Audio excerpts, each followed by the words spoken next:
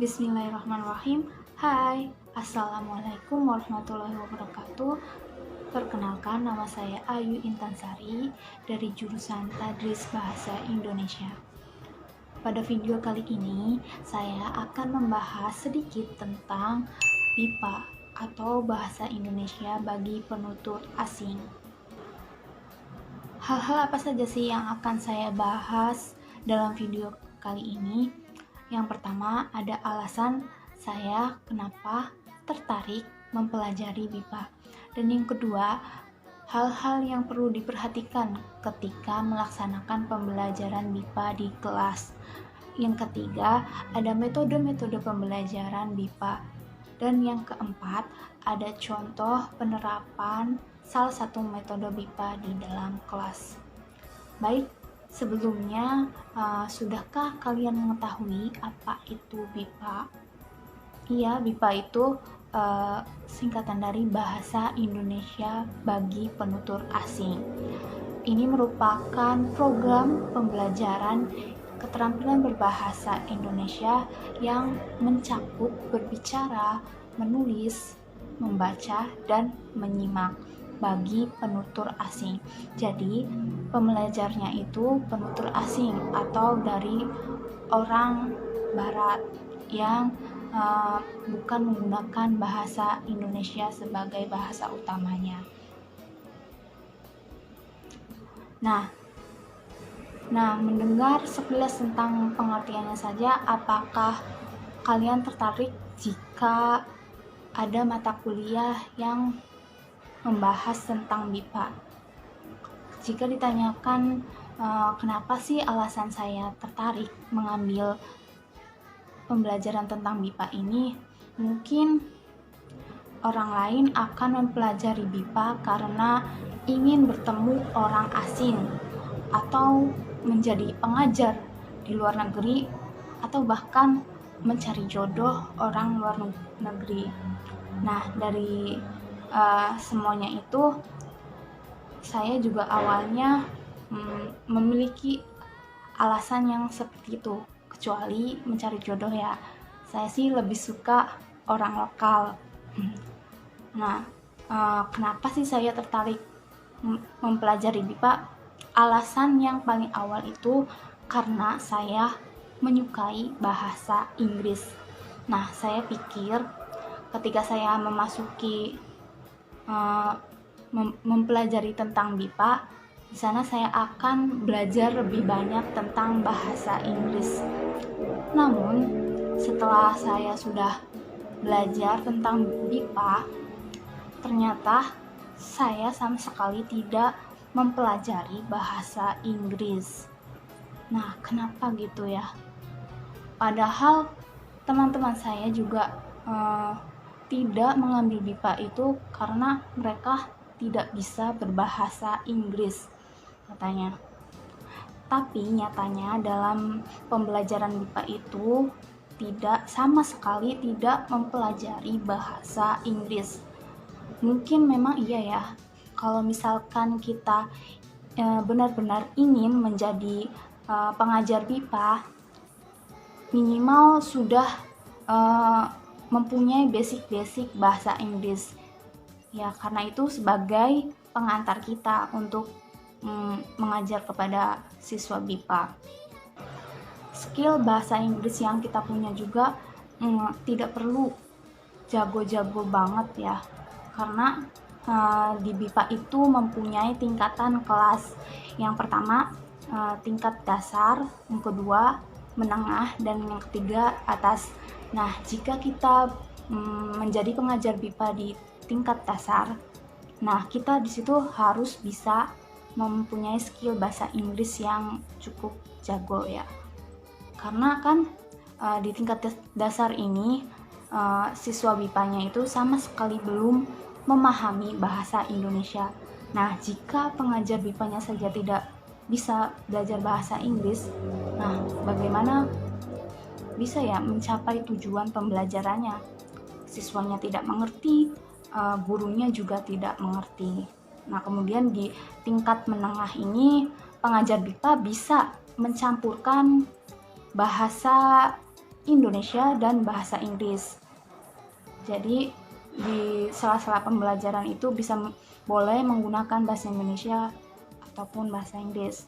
Nah, jika kita mengajar BIPA di tingkat atas, kita boleh sama sekali tidak menggunakan bahasa Inggris, atau semuanya kita melakukan dengan bahasa Indonesia tanpa menggunakan bahasa perantara, yaitu bahasa Inggris.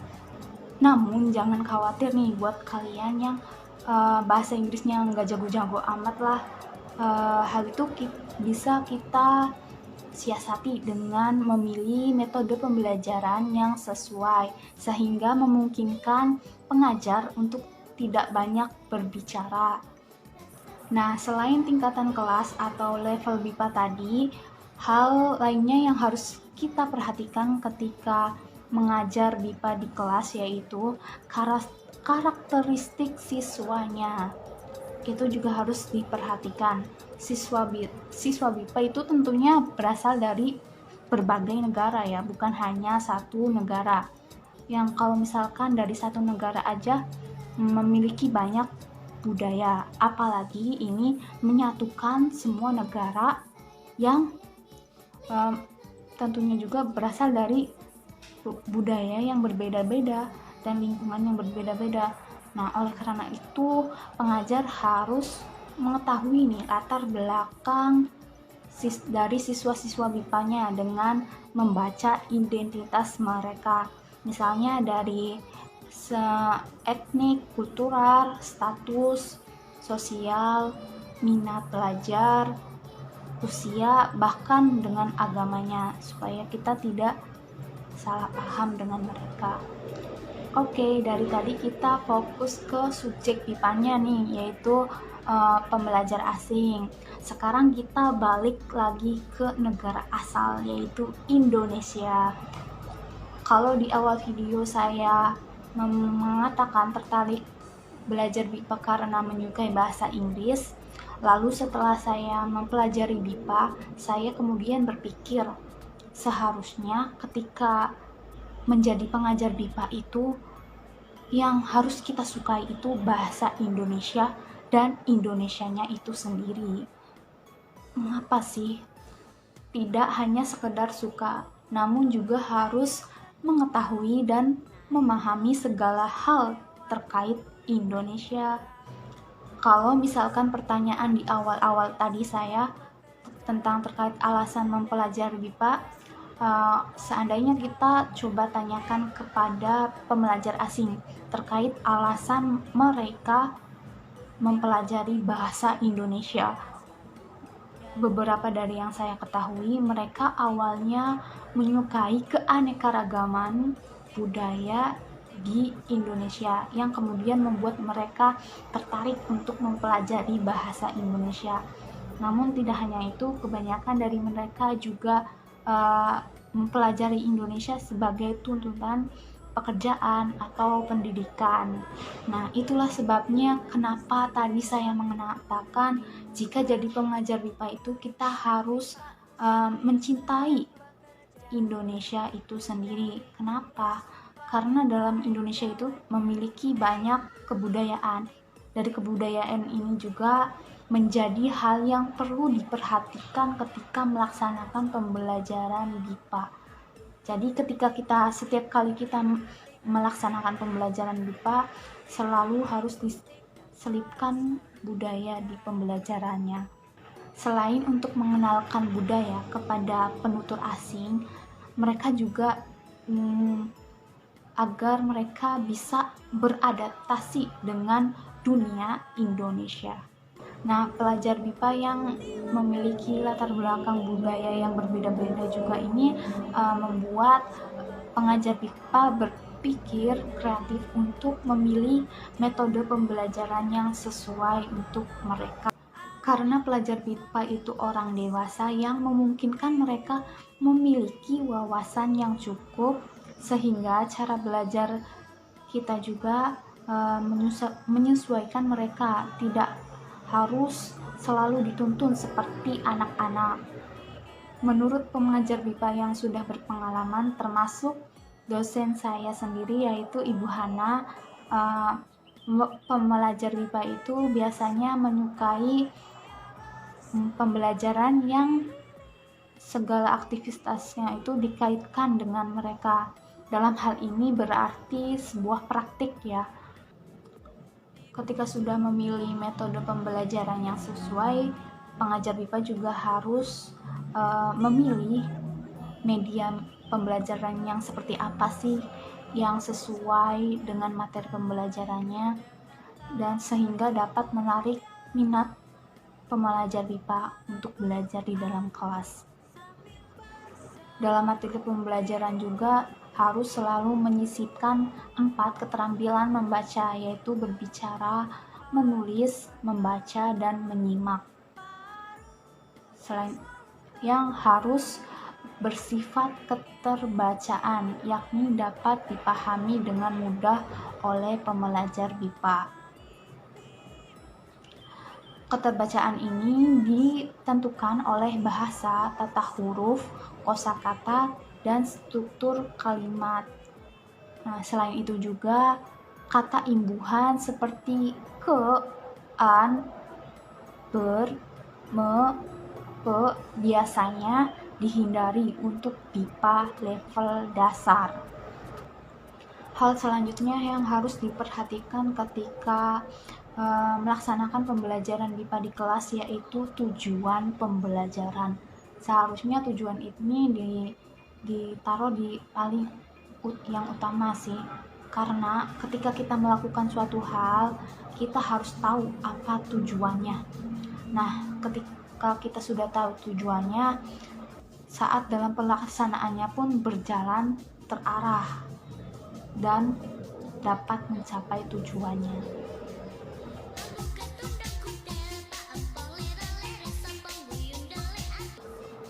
Oke, dari sini dapat saya simpulkan hal-hal apa saja yang perlu diperhatikan dalam pembelajaran BIPA.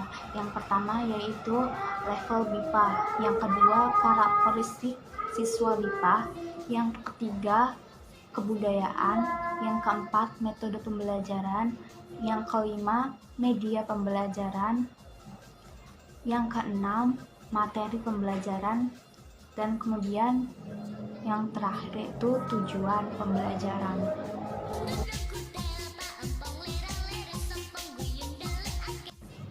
Selanjutnya saya akan menjelaskan metode-metode apa saja sih yang bisa digunakan dalam pembelajaran BIPA.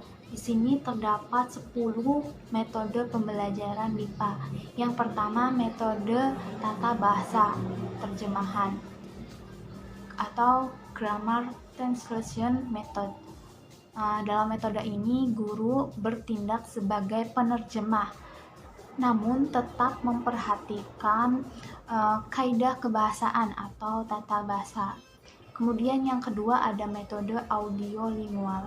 Nah, dalam penerapannya guru memakai media pembelajaran berupa audiolingual, yaitu berupa gambar dan gerak. Kemudian yang ketiga ada metode respon fisik total. Misalnya guru menyebut kepala dan menyentuhnya kepala, kemudian diikuti oleh siswa BIPA. Nah, di situ respon fisik total terjadi.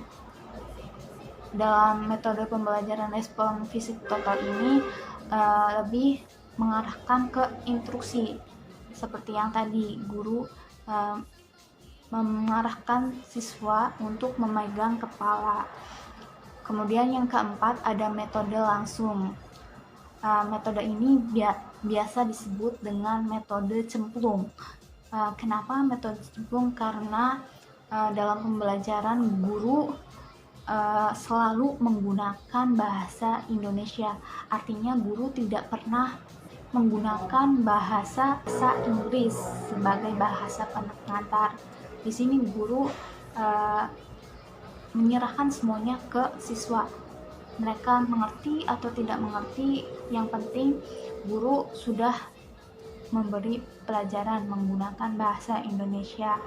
Dalam metode ini guru berusaha membiasakan siswa untuk mendengar kosakata bahasa Indonesia. Kemudian yang kelima ada metode cara diam. Cara diam di sini bukan berarti diam saja ya. Diam di sini itu berarti guru dalam pembelajarannya tidak banyak berbicara atau hanya sedikit berbicara. Tetapi di sini siswa lebih banyak aktif dengan cara guru memberikan instruksi kepada siswa sehingga mereka lebih aktif dibandingkan gurunya. Yang keenam ada metode pembelajaran bahasa komunitas. Pada metode ini pelajar diarahkan untuk aktif belajar secara berkelompok. Kemudian yang ketujuh metode Suggestopedia. Metode ini pembelajarannya memberi sugesti pada siswa untuk merangsang minat belajar mereka. Misalnya, guru menyetel musik, kemudian siswa mendengarnya. Nah, di sini guru mengarahkan siswa untuk menceritakan apa saja sih yang ada musik atau lagu yang telah mereka dengar itu. Nah, selanjutnya yang ke-8 ada metode komunikatif.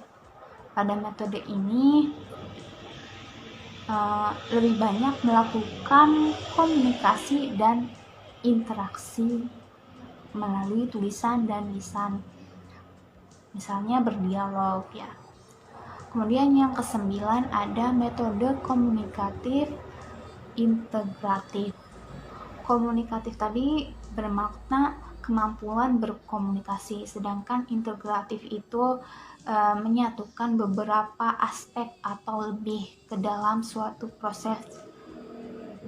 Integratif bisa inter bidang studi dan antar bidang studi. Nah, pada metode komunikatif integratif ini contohnya mendengarkan diintegrasikan dengan menulis dan berbicara. Kemudian belajar bahasa Indonesia diintegrasikan dengan pelajaran seni, seperti itu. Dan yang terakhir, metode yang terakhir yang ke-10 ya, ada metode pembelajaran berbasis teks. Metode ini pembelajarannya berorientasi kepada kemampuan siswa untuk menyusun teks. Teks yang dimaksud itu tidak hanya teks berupa teks tulis saja ya. Yang kita bicarakan ini, dialog juga merupakan bisa disebut teks, yaitu teks lisan. Pada metode pembelajaran bahasa berbasis teks ini mengarahkan siswa untuk menggali unsur-unsur dalam teks tersebut. Guru juga memberikan pemodelan contoh teksnya. Itulah ke-10 metode pembelajaran PIPA yang bisa diterapkan ya. Pemilihan metode pembelajaran tentunya tidak asal sembarangan ya. Hal ini pemilihannya ditentukan oleh tujuan pembelajaran, sehingga metode yang dipilih juga cocok atau sesuai dengan tujuan pembelajarannya.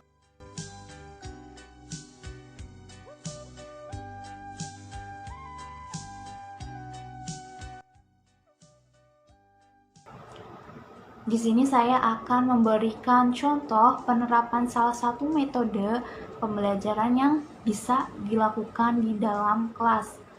Saya di sini mengambil contoh pembelajaran bahasa berbasis teks.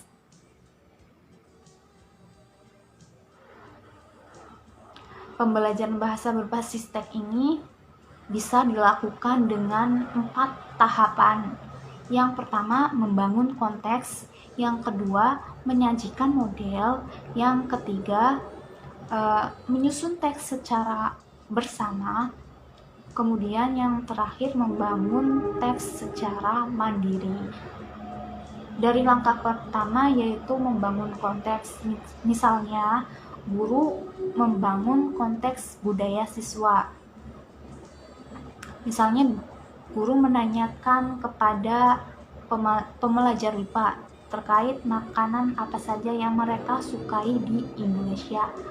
Nah, kemudian guru menanyakan kepada siswa, pernah tidak terpikir bagaimana cara membuat makanan yang mereka sukai tersebut. Nah, dari sini guru dan siswa bisa saling bertukar pengalaman. Kemudian tahap yang kedua yaitu memberikan pemodelan. Maksudnya di sini guru memberikan contoh teks. Dari sini saya akan mengambil materi teks prosedur, dihubungkan dengan langkah pertama tadi yaitu membahas tentang cara membuat makanan. Di sini guru bisa saja memberikan contoh teks prosedur berupa cara membuat nasi goreng atau cara menyalakan kompor gas. Kemudian langkah yang ketiga, guru mengarahkan siswa untuk menyusun teks secara berkelompok.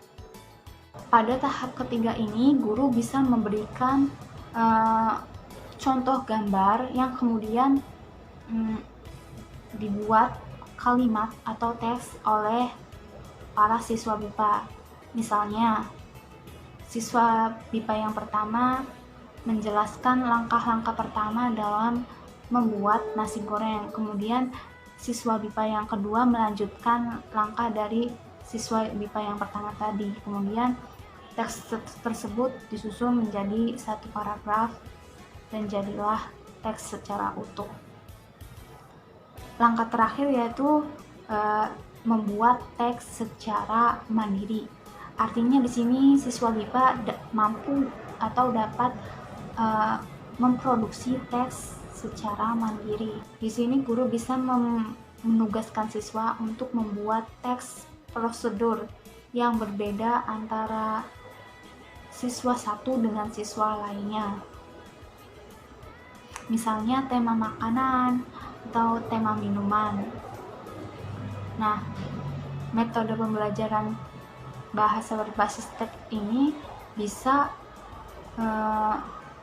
ditambahkan dengan metode pembelajaran lainnya, atau bisa dibilang kita menggunakan dua metode sekaligus dalam satu pembelajaran. Misalnya saya menggunakan metode audio visual dengan cara menampilkan video cara pembuatan nasi goreng. Di situ siswa bisa menyimak video tersebut. Baiklah, mungkin cukup sekian dari saya. Mohon maaf apabila ada kekurangan. Terima kasih sudah menonton video sampai akhir. Wassalamualaikum warahmatullahi wabarakatuh.